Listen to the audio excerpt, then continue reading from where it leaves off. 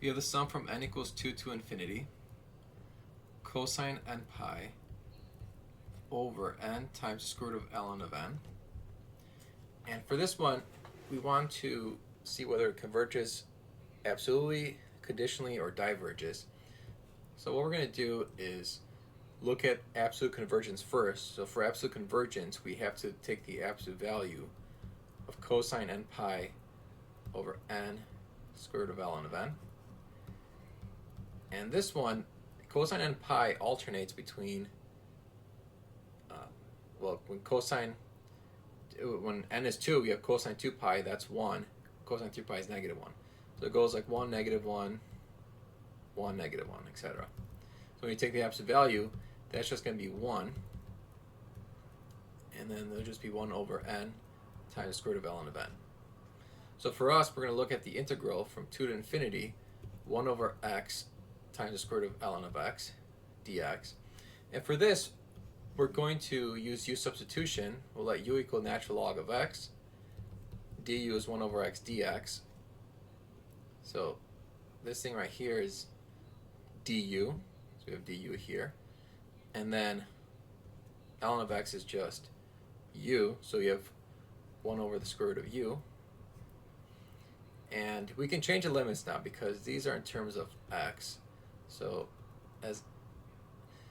when x is equal to 2, u is ln of 2. And as x approaches infinity, u also approaches infinity. And now I can rewrite this as u to the negative 1/2 power, still ln of 2 to infinity. And then I'm going to take the antiderivative of this, so I'm going to add 1 to the exponent, which makes it u to the 1/2, and divide by that. So when you divide by 1/2, it's the same thing as multiplying by 2. And I'm going to take the limit, let's say as r approaches infinity, and we're going to go from ln of 2 to r. So plug in r first, and then plug in ln of 2. And as r approaches infinity, the square root of r goes to infinity as well. So it's infinity minus 2 ln of 2 to the 1/2 power, so this is infinity, which means this does not converge absolutely. So now we have to look if it converges conditionally. And to see that converges conditionally, we have to use the alternating series test. So first, we want to see if it alternates, which we know it alternates because of this. And then, does the limit go to 0?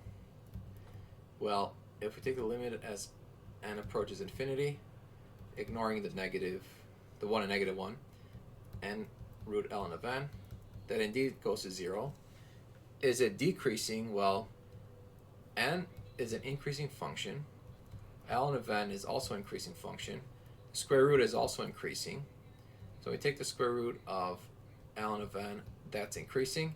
And when you multiply by n, that's also increasing. So basically, if you multiply increasing functions, you get an increasing function. So what this means is the denominator gets bigger and bigger. So the denominator gets bigger. Overall, this leads to a smaller value. So clearly this thing is decreasing. So all three conditions are met, which means this series converges conditionally by the alternating series test.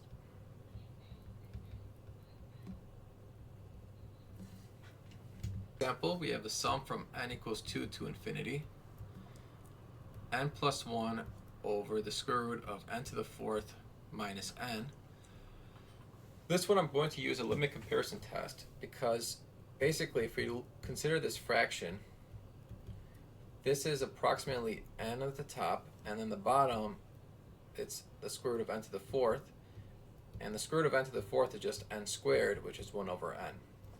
So n over n squared is 1 over n.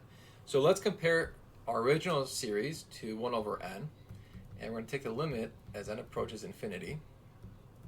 So why don't we just take n plus 1 over n to the 4th minus n, divide by 1 over n, which whenever you divide by 1 over n, that's the same thing as multiplying by n. So this n is going to multiply the n plus 1 to get n squared plus n over n to the fourth minus n.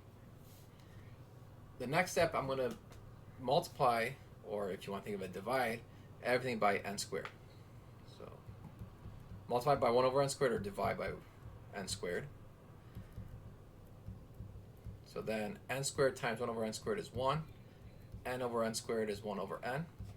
And now inside the square root, 1 over n squared is going to go in as 1 over n to the fourth.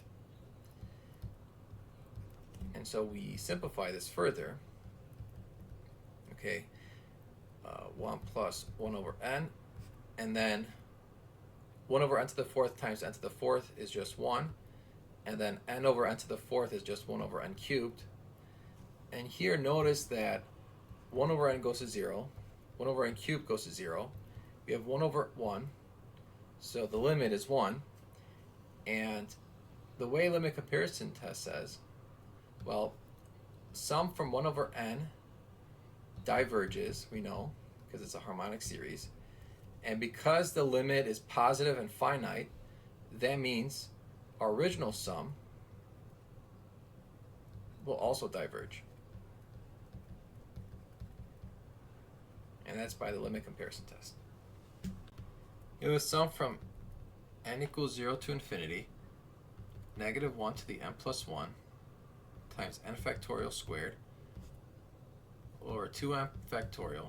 We want to see whether this converges absolutely, conditionally, or diverges. So I'm going to look at the absolute value of this. So I'm going to get rid of the negative 1 to the n plus 1. I'm only going to consider this for now. And in order to solve this, I have to use a ratio test. So I'm going to take the limit of the n plus first term,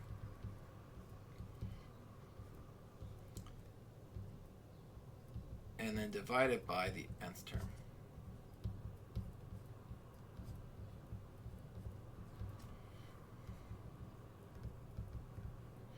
So we have n plus 1 factorial.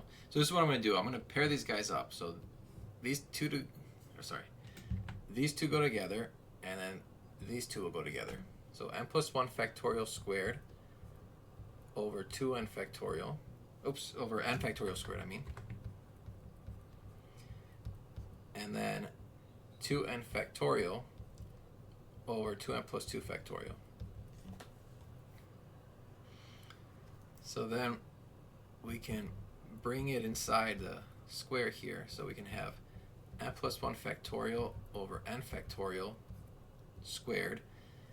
And then here we have 2n factorial, and the denominator will just be 2n plus 2 times 2n plus 1 times 2n factorial, which the 2n factorial is going to cancel. And then n plus 1 factorial is just n plus 1 times n factorial, and the n factorial is going to cancel.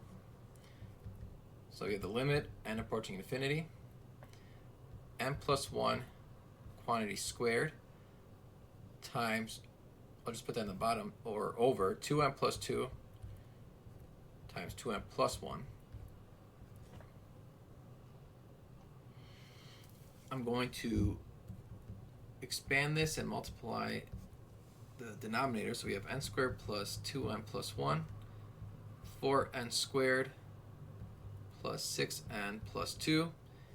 I'm going to divide everything by n squared to get 1 plus 2 over n plus 1 over n squared over 4 plus 6 over n plus 2 over n squared. And then a lot of things are going to cancel. So, well, 2 over n goes to 0, 1 over n squared, 6 over n, 2 over n squared all go to 0, and I'm left with 1/4. Because this is positive, it's less than 1. This converges by the ratio test. And I was looking at the series with the absolute value, so this converges absolutely, and that is due to the ratio test.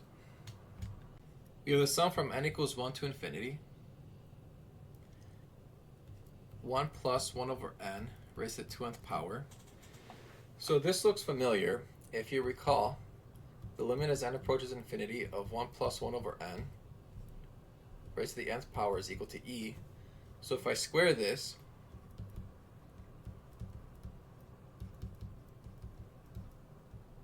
when I take this and square it, that's the same thing as saying you just multiply the exponents. So it'd be 2n.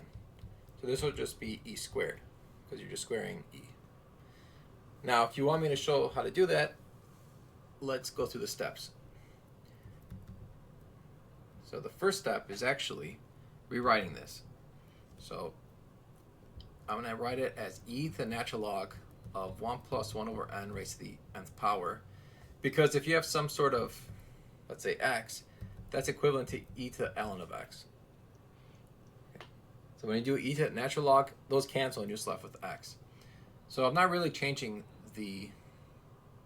This is still equal to 1 plus 1 over n to the nth, so I'm not changing anything. Okay, the next step is to bring down the exponent. So we have n times ln of 1 plus 1 over n. And I'm going to switch the limit and the e. So the limit's going to go on top of the exponent. And I'm going to put n as 1 over 1 over n. Okay, so I forgot the 2 here, so let's bring the 2 as well. And then the 2 could just come outside here. So what I said here is n is equal to 1 over 1 over n. Because now I can use L'Hopital's rule, because as n approaches infinity, you get 0 over 0. So you could just take the derivative of the top and the derivative of the bottom. So the derivative natural log of 1 plus 1 over n is 1 over 1 plus 1 over n times the derivative of 1 plus 1 over n, which is negative 1 over n squared. And the derivative of 1 over n is negative 1 over n squared. A lot of things are going to cancel. And then as n approaches infinity, this goes to 0. So e raised to 2 times limit basically of 1. So that's going to be e squared. Okay, so because the limit is not equal, it doesn't go to 0, we know automatically this diverges by the nth term test.